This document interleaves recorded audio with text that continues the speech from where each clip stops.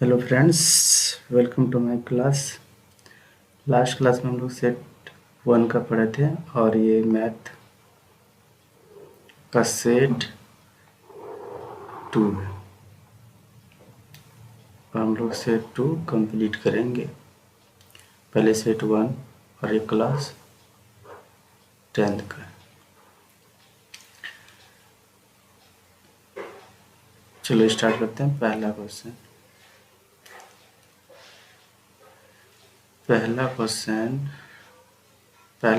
है 144 को अभाज्य गुणनखंडों के गुणनफल के रूप में लिखना। सिर्फ रूप में लिखना है, गुना नहीं करना है, सिर्फ उस रूप में लिख देना। तो सबसे पहले 144 का क्या करते हैं, फैक्टर। 144 का फैक्टर करते हैं। और 144 का फैक्टर कैसे करते हैं? फर्स्ट ऑफ ऑल अभाज्य बोल रहा है। अभाज्य मतलब प्राइम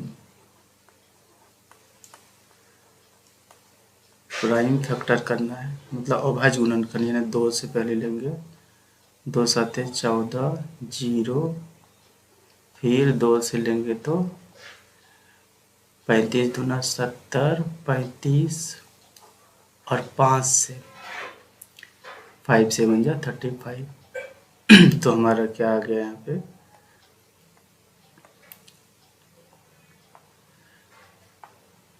आ गया 2, 2, 2, 5 और 7, यानी आ गया 2 गुना 2 गुना 5 और गुना 7। ये कौन सा ऑप्शन में है? ऑप्शन नंबर 2 गुना 2 गुना 5, ऑप्शन नंबर बी में, यानी B is the right answer. Okay, next question number 2। किन्हीं दो धनात्मक पूर्णांकों ए और बी के लिए एचसीएफ क्या दिया है, ए और बी, और एलसीएम दिया है ए बी का एलसीएम गुना ए बी का एचसीएफ। और ए और बी कोई भी दो संख्या है, नहीं पता है, कोई भी दो संख्या, ए और बी कोई भी संख्या हो सकता है। धनात्मक पूर्णांक, धनात्मक मतलब पॉजिटिव इंटीजर है, प्लस वाला कोई भी दो संख्या ए है और बी है। अब बोलता है ये दोनों का एचसीएफ गुना एलसीएम। तो एक फार्मूला होता है एचसीएफ गुना एलसीएम, इसको याद रखना है। ये एग्जाम में डायरेक्टली से क्वेश्चन भी आ सकता है कि एलसीएम एचसीएफ गुना एलसीएम। फर्स्ट नंबर, या इसको बोल सकते हैं हम लोग पहली संख्या, फर्स्ट नंबर बोल सकते हैं, या फिर बोल सकते हैं पहली संख्या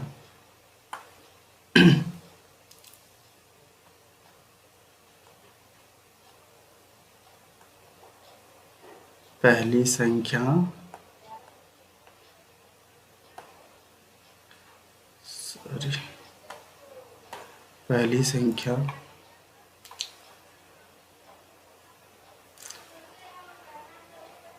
संख्या गुना दूसरी संख्या, पहली संख्या गुना दूसरी संख्या, यानी एचसीएफ गुना एलसीएम बराबर पहली संख्या गुना दूसरी संख्या।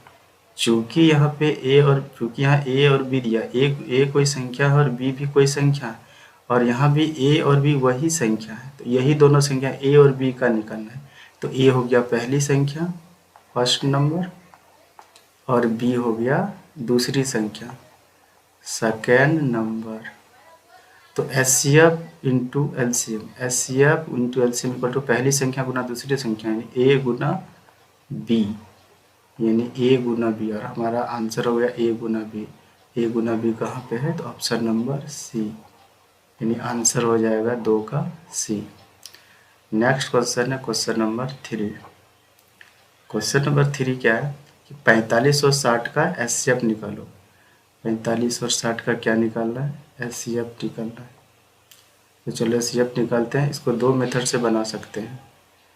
एक शॉर्ट ट्रिक से भी बना सकते हैं और एक लॉन्ग मेथड से, जैसे हम लोग जानते हैं। जैसे हम लोग पहले कैसे जानते हैं कि 160 का एचसीएफ निकालने किसे 45 से 45 तो कितना टाइम में खाएगा 45 दिया खिलाते हैं 3 टाइम में 3 बचे 15 1 3 चौक 12 और 1 13 135 5 आ जाएगा यहाँ पे और यहाँ पे 5 भी 3 गया तो 2 25 ठीक है 45 4 से खाए 4 पंचे 20 2 4 चौक 16 17 18 ज़्यादा हो जाएगी 3 टाइम 3 बचे 15 1 13 सही है। अब क्या करते हैं यहाँ पे 45 यहाँ आ जाएगा 45 ये वाला पता होगा सबको 1 टाइम में 25 यहाँ पे हो गया 0 और यहाँ पे 20 खिलाएंगे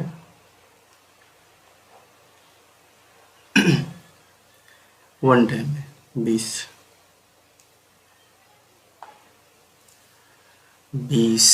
एक टाइम में खा गया तो यहाँ पे हो गया हमारा कितना 5। अब 20 को यहाँ पे रखेंगे और 4 टाइम में 20 कंप्लीट कट गया। ऐसे हमारा क्या हो गया 5 यानी हमारा 5 इज वेरी इधर 5 हमारा हो गया option number A is the right answer. Next question number 4। Question number 4 बोलता है कोई दो धनात्मक पूर्णांक ए एंड बी दिए रहने पर यदि अद्वितीय पूर्ण संख्या q तथा r विद्यमान प्रेजेंट है q और r तो निम्नलिखित में से कौन सा सत्य होगा। यानी ये जो है दो धनात्मक पूर्णांक ए और बी दिए रहने पर यदि अद्वितीय पूर्ण संख्या क्या है अद्वितीय पूर्ण संख्या q है तथा r प्रेजेंट है तो हमको क्या करना है कौन सा सत्य। पहला ऑप्शन दिया a equal to B Q minus R, दूसरा ऑप्शन है a equal to B Q plus R and तीसरा ऑप्शन है a equal to B by Q minus R and e equal to B Q plus R. तो we know that ये पढ़ चुके हम लोग ये भाज्य बराबर क्या होता है भाजक गुना भागफल जोड़ शेषफल। इसको हम लोग बोलते हैं डिविडेंड इसको बोलते हैं सॉरी ये तो डिविडेंड इसको बोला जाता है डिविजर इसको बोला जाता है डिविडेंड सॉरी।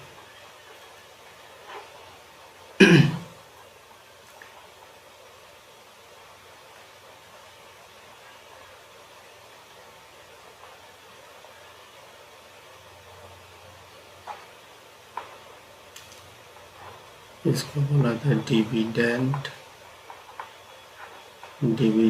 इक्वल टू इसको बोला जाता है डिविजर इनटू इसको बोला जाता है क्वोशिएंट QOTIENT क्वोशिएंट और इसको बोला जाता है रिमाइंडर प्लस रिमाइंडर। तो यहाँ पे डिविडेंड को हम लोग A बोलते हैं इसको बोलते हैं B और क्वोशिएंट को Q और प्लस R यानी A equal to B Q plus R option number B right answer. Next question number 5। Question number 5 बोल रहा है कि कोई पॉलिनोमियल बहुपद ax square minus 9x plus 1 शून्यांक का गुणनफल 8 है। शून्यांक का गुणनफल 8 है दैट मीन्स शून्यांक का गुणनफल मतलब अल्फा इंटू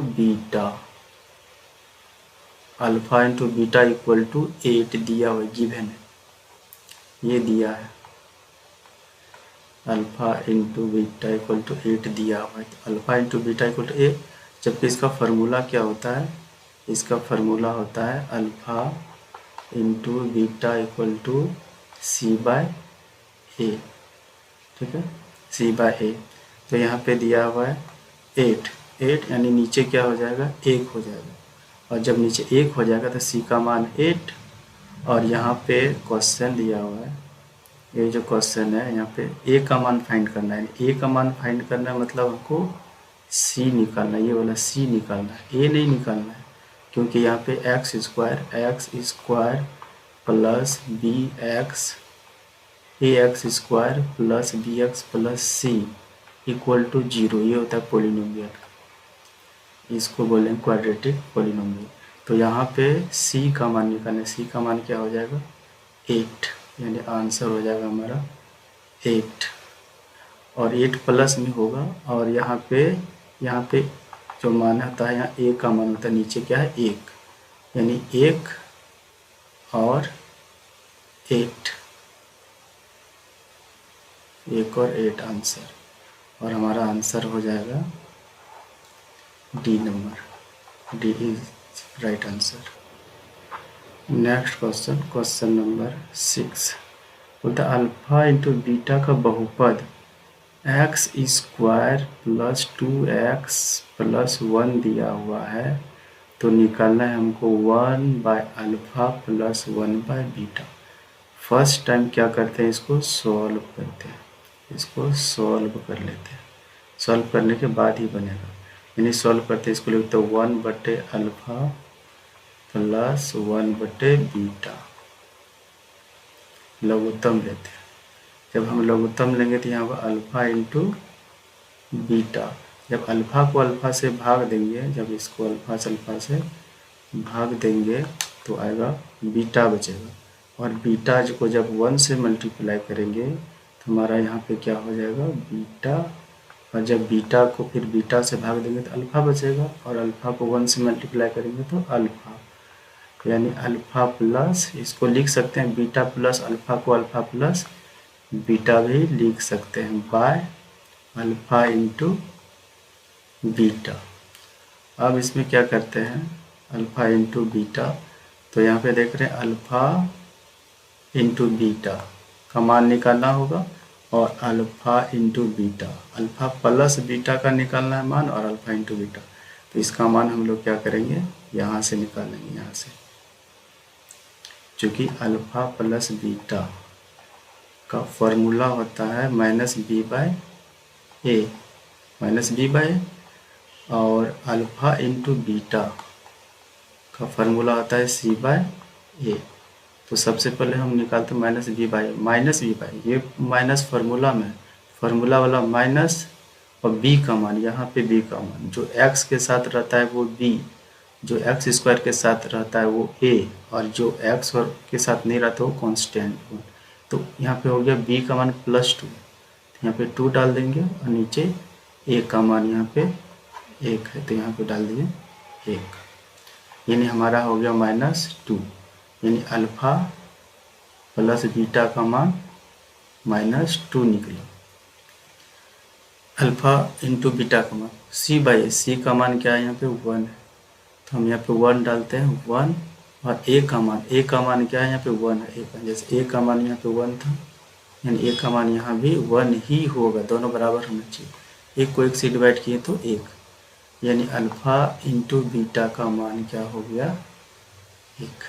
अब अल्फ़ा प्लस बीटा का मान यहाँ पे बैठा दो, अल्फ़ा प्लस बीटा का मान कितना है -2, यहाँ पे लिखेंगे -2, और यहाँ पे अल्फ़ा इंटू बीटा का मान 1, तो यहाँ पे लिखेंगे 1, जब -2 को 1 से डिवाइड करेंगे तो -2, ये हमारा आंसर -2, ऑप्शन नंबर बी, ये सही आंसर। नेक्स्ट क्वेश्चन नंबर 7 बोलता है बहुपद px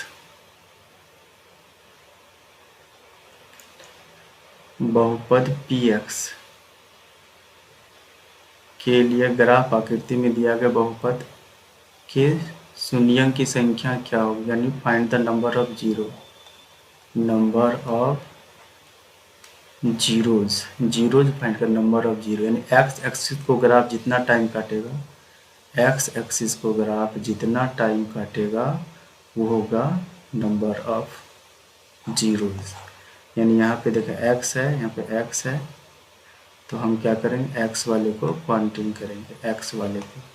यानी यहाँ पे देखते हैं एक्स अक्ष में जितना टाइम काट रहा है, एक्स अक्ष में यहाँ पे काट रहा है 1 time, 2 time, 3 time, 4 time, 1 2 3 4 time. तो ये हमारा आंसर हो गया option number A 4। Next question है क्वेश्चन नंबर 8। क्वेश्चन नंबर 8 बोल रहा है कि a1 x plus b1 y plus c1 equal to 0 and a2 x plus b2 y plus c2 equal to 0।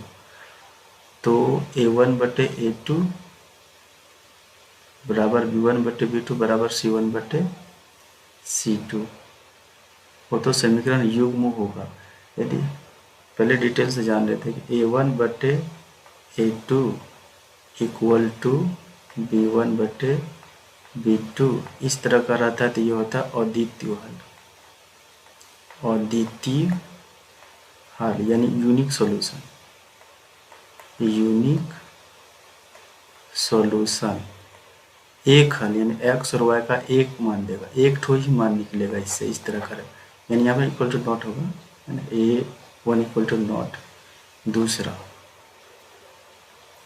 दूसरा होगा a1 बटे a2 इक्वल टू b1 बटे b2 equal to c1 बटे c2। इस तरह का जब रहेगा तो ये हो जाएगा हमारा अनेक हल, अनेक हल, मैनी सॉल्यूशन,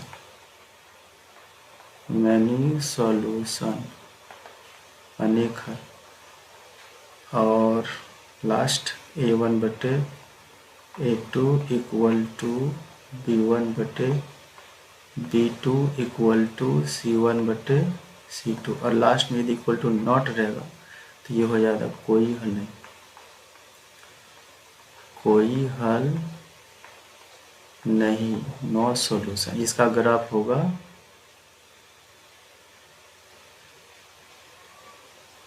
समांतर, इसका ग्राफ होगा संपाती, एक पे एक ही उसी पे दूसरा, इसका ग्राफ होगा प्रतिच्छेदी। तो क्वेश्चन नंबर 8 क्या बोल रहा है, क्वेश्चन नंबर 8 बोल रहा है कि a1 बटे a2 इक्वल टू b1 बटे b2 इक्वल टू 0। ये तो इसको डिनोट कर रहा है, यानी ये हमारा हो जाएगा अनेक हल। Next question, question number 9।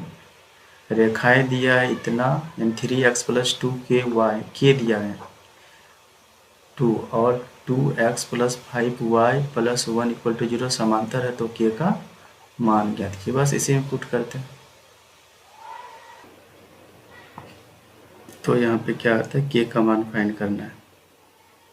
तो हम इसको लिखते हैं, इस समीकरण को और इस समीकरण दोनों को लिखते हैं, यानी 2/3 यानी यहाँ पे समांतर, समांतर कब होता है, जब कोई हल नहीं होता है, यानी a1 इक्वल टू यहाँ पे होगा, यहाँ पे इक्वल टू नॉट। तो हम इसको ऐसे लिखेंगे 3/2, 3/2 इक्वल टू, यहाँ पे क्या है 2k, यहाँ पे वैल्यू क्या है 2k, तो यहाँ पे लिखेंगे 2k इक्वल टू, यहाँ पे लेंगे b1 5। सॉल्व करते हैं। सॉल्व करने पे क्या होगा, 2 को 2 से मल्टीप्लाई करो, 4k बराबर 5 3 जा 50, तो k बराबर क्या हो जाएगा 15/4, 15/4, 15/4 का option number C. Next question, question number 10 होता है k का किस मान के लिए रेखा युग्म 8x + 5y = 9 and kx + 10y = 15 असंगत। असंगत यदि कोई हल नहीं होता है, यदि कोई हल नहीं होता है, कोई हल नहीं होता है तो वो क्या होगा? ग्राफ असंगत हो। अधित्व हल, अधित्व हल में संगत होगा और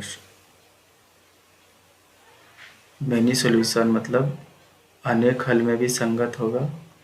यदि अच्छा से जाना है तो लास्ट वीडियो देख लेना है, बहुत ही अच्छा से बताया गया। अनेक हल में संगत होता है, लेकिन कोई हल में क्या होता है? असंगत होता है। यानी a1/a2 = b1/b2 = नॉट c1/c2। तो सेम वैसे ही बनाना है। 8 को 8/k यानी a1/a2 8/k = 5/10 5/10 क्रॉस मल्टीप्लीकेशन करते हैं। 5 को k से मल्टीप्लाई करेंगे तो 5k = 10 को 8 से तो 80, ठीक है। 8/k और 10 5/10, तो यहाँ पे हो जाएगा k =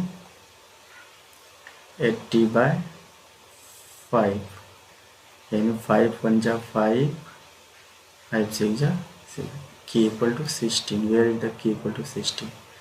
k = 16 हो गया हमारा option number B.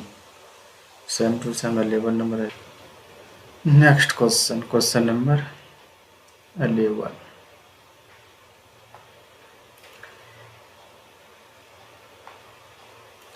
Question number 11 क्या है?